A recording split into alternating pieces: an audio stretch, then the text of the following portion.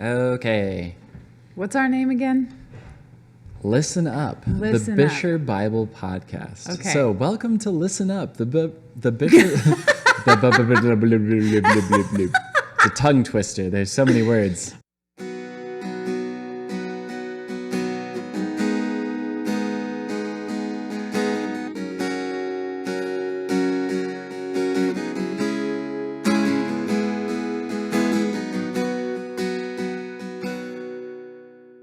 Take 6. Words are hard on Mondays. Yeah, they are hard on Mondays. Yeah, so anyway, we are doing a chronological study through the Bible. We're starting with a harmony of the Gospels, and then we're going through Acts eventually, through the epistles, and then we'll wrap all the way back around into the Old Testament and do the same thing starting with Genesis. So that is what the plan is for the study. Stick around. Make sure you like it if this is something that you want to see. It'll take us at least 20 years to get through. At least 20 years, because at the pace that we're going at, we're doing like 5 verses a day. Yeah, so and it'll we're be only pretty... recording once every week. So yeah, so, slow and steady wins the race. Yeah, exactly. But, I mean... who knows? Mm-hmm. Maybe we'll cover like 6 chapters today. That's not happening. Not even close. Not even close. So where we left off was John chapter 1, verses 1 through 5. John 1. In the beginning was the Word, and the Word was with God, and the Word was God. He was in the beginning with God. All things were made through him, and without him was not anything made that was made. In him was life, and the life was the light of men. The light shines in the darkness, and the darkness has not overcome it. So last time we talked about that pretty extensively. We talked about really what the nature of God is to a certain extent. We talked about the necessity for God to come, because we were sinners that actually need salvation, and only him coming is the means for our salvation. There wasn't anything that we could do. And what I want to talk about a little bit this week is the darkness not overcoming it or comprehending it. And that ties into the next couple of verses where we see John, the Baptist, coming onto the scene. And this is really like the battle. It centers around good and evil, like all times, all ages of the world. And it's one of those things that we are constantly wrapped up in, but sometimes it's hard for us to discern at the given time which side is which. I think about what happened in like communist Russia. So during the Bolshevik Revolution, there were a lot of people that thought this was a great thing. Like, this is exactly what we need. This is going to bring life. This is going to bring utopia. It's going to be so good. And the outcome of it was death and destruction. Like, the Soviet Union killed so many more people in prison camps than the Nazis did in prison camps. They exterminated, I think it's like 30 million of their own people. So, and their population has like finally recovered-ish from all of that they did. And you just don't hear about it because they were one of the winners, right? So like with Germany, everyone knows how bad Germany was because, Germany did this and Germany did that. And look at all this evidence that we have. With Russia, it really got swept under the rug. Kind of the same thing with Japan, because Japan, we like reassimilated them as allies really quickly after the war. And so all of the things, the horrible, evil things that they did, no one talks about it. Nobody talks about the rape of Nanking. Nobody talks about these things that happened. Yeah, if you want a horrific book to read, The Rape of Nanking. It's insane. Shows you insane what happened. The depth of human depravity. Yeah. And so my point is, it's hard sometimes to see that when you're in the midst of it, because everything's happening so fast and things get really confusing and you get tied up in your own country and your allegiance gets tested and all of these different things happen. And sometimes too, it's the promise, right? There's a promise of it's going to be so much better on the other side. It's the argument of the ends justify the means. Yeah. And so it's okay for us to have this violent overthrow because the ends justify the means.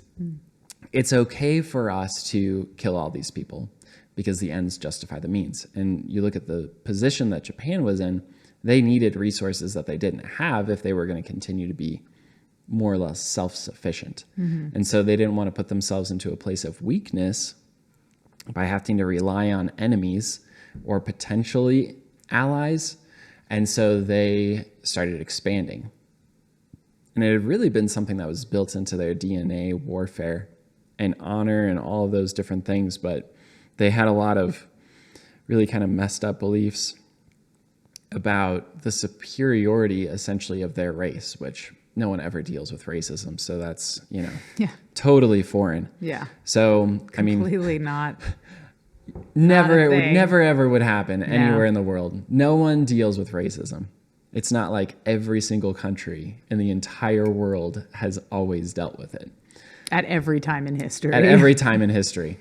So they conquered, they did a lot of terrible things. They ended up losing, getting beaten back. And they fought to the place that they had to have 2 atomic bombs dropped on them before they would give up. So, that's who they were. And for them, warfare was something that was really important too, because when the Great Depression happened, it didn't just affect the United States, it affected the entire world. And Japan, just like a lot of other countries, got hit with it really hard. And so they had a large population that didn't have work, and what they ended up doing was putting them into the military. And then you had this incredibly large military force, very nationalistic people running out of resources.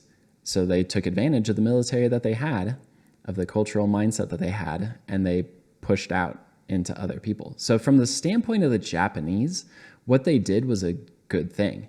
From the standpoint of the Chinese and everyone else, it was a horrible, terrible thing. Really bad. And same thing with the Soviet Union and with Russia. When they started it, it looked like a good thing. If evil always looked that evil, most people would not be tricked by it. But the problem is evil always masquerades as good at the start. And it always masquerades as your best. So this battle of good and evil has been happening all the time. The light is contrary to the darkness, and the darkness is contrary to the light. But the darkness has not overcome the light. Because even in the midst of that worst situation, God is still more powerful, and he is able to redeem. He is able to save. And what we have seen through Jesus in particular is that in the midst of the deepest darkness is when he usually has his crowning achievements. And there really is this process of conflict that God allows us to go through because it shapes us and molds us and draws us closer to him.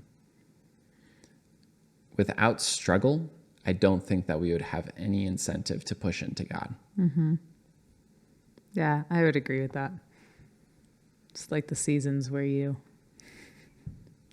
when you do it well, those are the seasons that you look back on and you were like, that was super hard, but it was really good. And then when you do it poorly, those are like the wounds that you carry for like years and years and years until you deal with them. Yep. Generally through a different conflict where you're able to find healing. Yeah, because problems, they repeat, right? And they end up following us around. So often we think that changing our circumstances is going to be the answer to solving our problems. And it's really not. I love what your dad said last night. Yeah. He was like talking about like people getting divorced. He's like, but you don't realize that 50% of the problem just follows you around everywhere. Yep. Because you are 50% of that problem. Yeah, for sure. Sometimes more of it too, right? And so, we always bring our problems with us. We always bring our baggage with us. We always bring our sin issues with us. And if we're not willing to press in and deal with them, then we're never going to actually end up growing. And so essentially, like, we have an option. We can hide in the darkness. And a lot of the time what ends up happening is people start hating the light that have chosen to hide in the darkness. because it exposes what they're doing, and they're like, I don't like that. That's contrary to what I want to do or what I want to believe. And so I'm going to attack it instead. But the darkness has not overcome the light. Ultimately, our victory is 100% guaranteed because Jesus died on the cross, he rose again. And so it doesn't matter if we're persecuted, doesn't matter if we're killed, doesn't matter if we're maligned, doesn't matter if people do evil or horrible things to us, because nothing can separate us from the love of God. And the eternity that we have waiting for us goes beyond anything that we can even imagine. So we don't have to be afraid, because we know that light is going to triumph and has already secured the victory. Essentially, what's happening right now is it's a losing war on the enemy's side, where the enemy is trying to cause as much death and mayhem as he can, but it is impossible for him to achieve an ultimate victory at this point. I don't think the enemy believes that. I don't think that people that are pursuing evil believe that. I think that they're going to they think they're going to get away with it. They really don't think they're going to be held accountable for it at all. And that's where John enters into the scene. So if you want to go ahead and read the next couple of verses down to verse 13. Okay.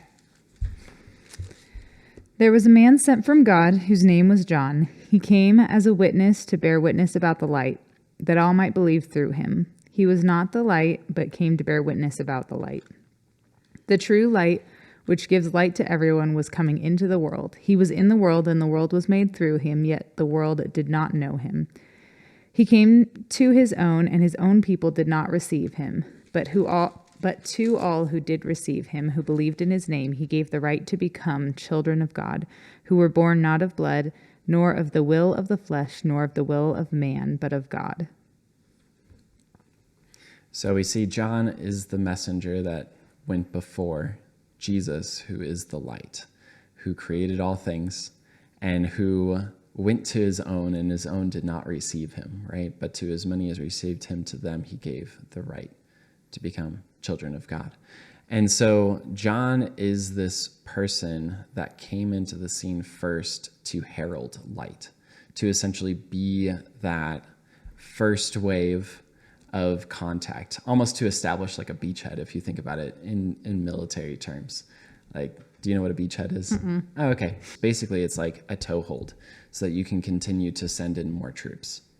Because if the enemy is able to hold you at the beach and you aren't able to land troops onto the shore and they're just able to continue to pick you off, like there's not a lot that you can do because the defense is so solid. But a beachhead is essentially a crack in the defense where you're able to wedge in and start to create an advantage from that position that you have.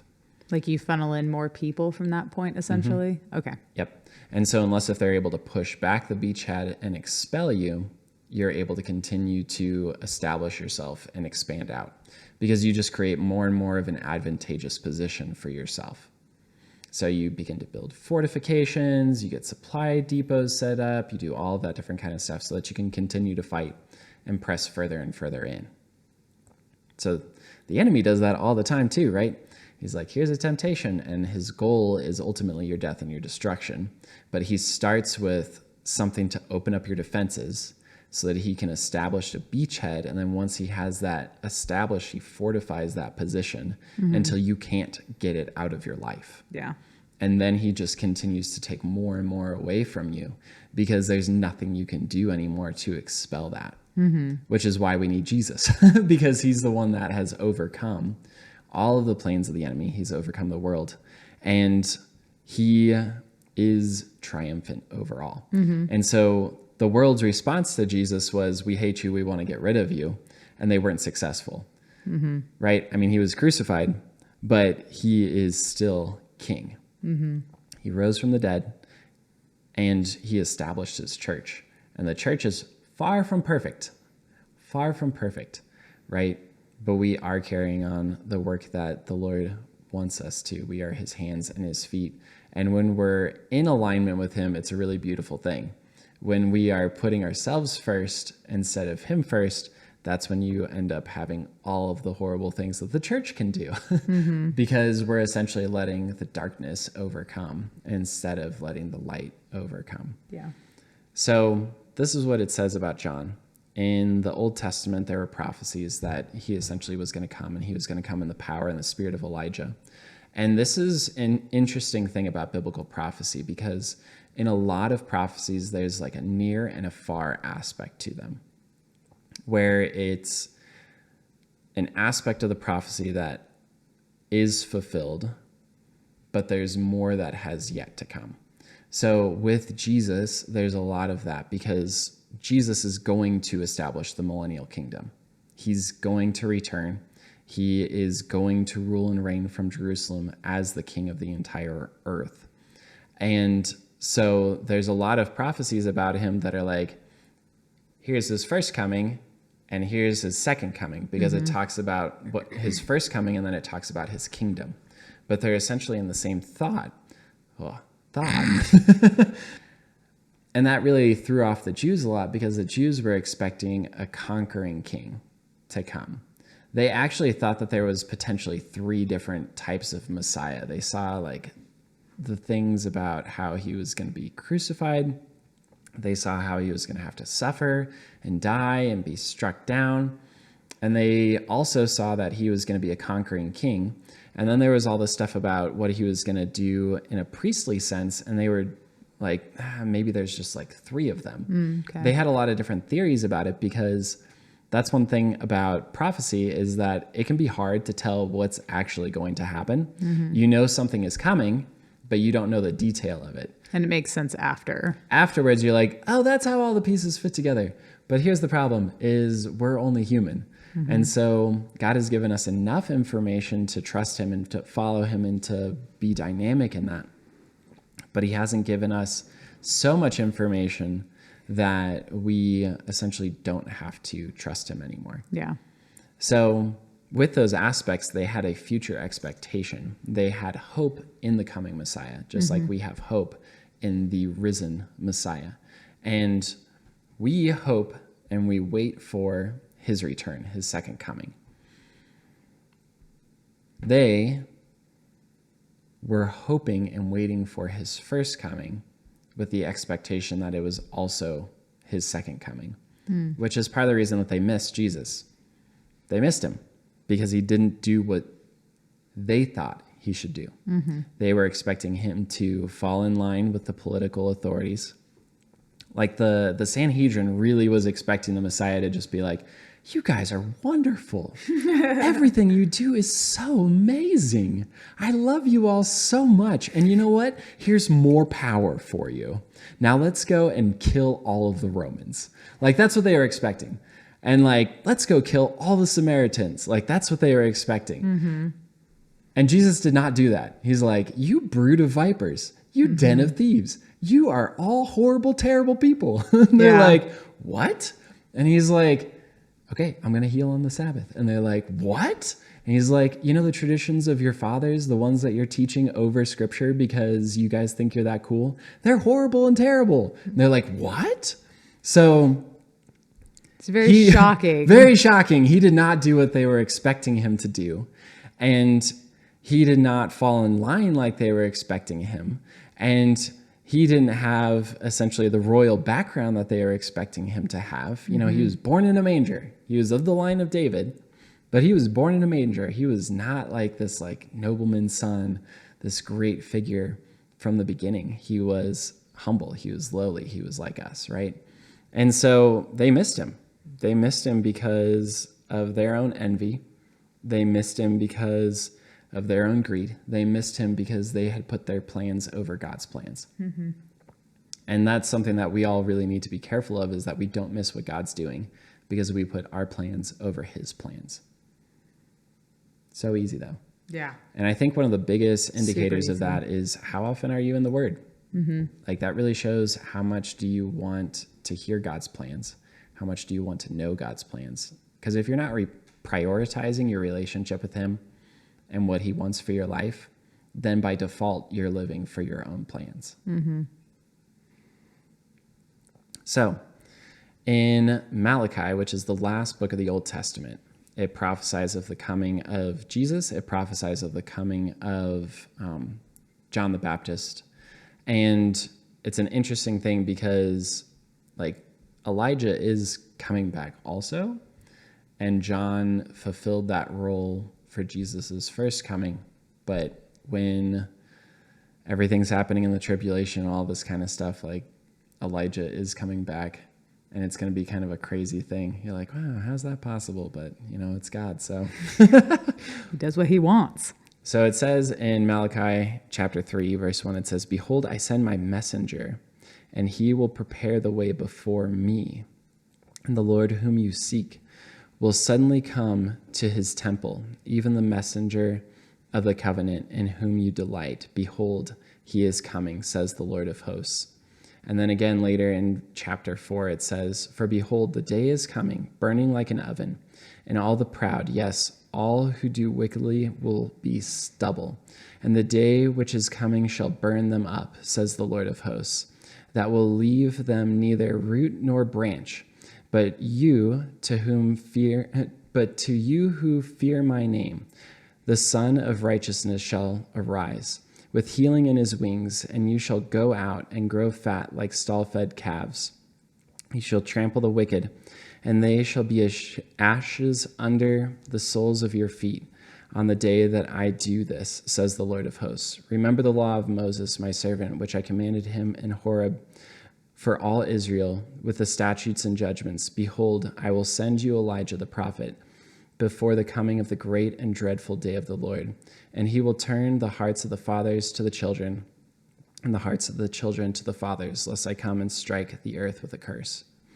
And these are the two things that I want to point out about that. Is one, God knows what's happening, and therefore he's able to prophesy. And he does everything that he does with a purpose. Mm-hmm. So he sent John on purpose to prepare the way so that they would be ready, lest he come and strike the earth with a curse. God is a judge. He is just. And in Jesus, there is salvation. There's deliverance from that judgment, because none of us can take that judgment. None of us can. That's why I don't recommend going to hell. Don't do it. Believe in Jesus. It's so simple. The way out is so easy. But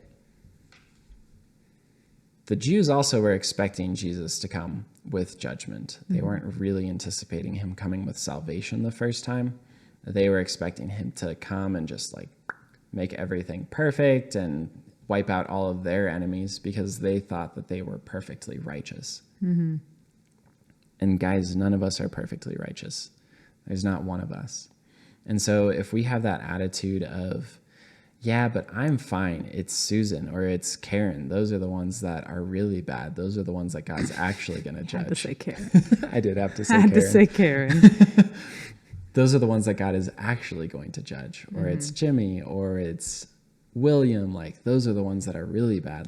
I haven't been as bad as them. Mm-hmm. We're tricking ourselves. It doesn't matter who's worse. What matters is, are you a sinner? Yeah. That's it.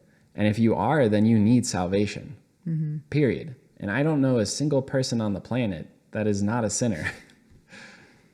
Right? Who hasn't told a lie? Mm-hmm. Who hasn't envied what somebody else has? Who hasn't lusted? Who hasn't done these things, hurting the people that are around you, stabbing people in the back, gossip, all of this stuff is so easy to do. Mm-hmm. And it's really the way that the world tells us we have to achieve. If you're not stepping over the corpse of somebody, you're not doing it right. Mm-hmm. Think about the corporate world.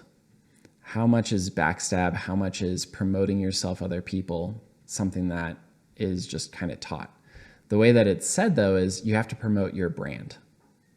Your personal brand, you have to promote that. You've got to show that you're better than anybody else, that you are going to be the one that's able to save whatever's happening in the company. Mm-hmm. You're the one that's going to be able to make the new level of sales goals. You're the one that's going to be able to do this. You're the one that's going to be able to do that. And the problem is that's usually at the expense of another person. Mm-hmm. And even if it's not, it's a really self-focused mentality. Well, and there's so much like inner turmoil wrapped around that idea too, where like the amount of people who commit suicide after something goes wrong in the business world, like especially people in leadership, just because of that weight of perfection and that weight of, I feel like there's an inherent realization that we aren't enough, but it kind of sends people in two different directions. Either they strive and strive and strive and strive, and when things don't go well, they are obliterated by it, or they do the opposite and they're like, well, if I don't try, I can't fail. And like, that is a huge part of it. That is too. a huge So it's like two extremes of people. And you can do both of those things in different aspects of your life too. Definitely. And so here's one thing that I love about God is that he cares about us. He doesn't want us to face that judgment. And so what he does is he sends messengers ahead of him to prepare the way so that people can receive salvation. And if you think about it, that's what he's still doing today, but he's doing it through the church. So with Israel, he sent John ahead of them so that the way would be prepared for Jesus so that they wouldn't have to face judgment and destruction. And those that received him, they became his children, right? They became sons of God. And those that didn't receive him, they ultimately faced that judgment. And Jesus even talked about it. He's like, woe to you, Capernaum, woe to you, Bethsaida. If the mighty works that have been done in you had been done in Sodom and Gomorrah, they would have remained to this day. Like, he's like, it's going to be better in the judgment. The men of Sodom and Gomorrah are going to stand up in the judgment and condemn you because you had all of this information and you chose to go against it.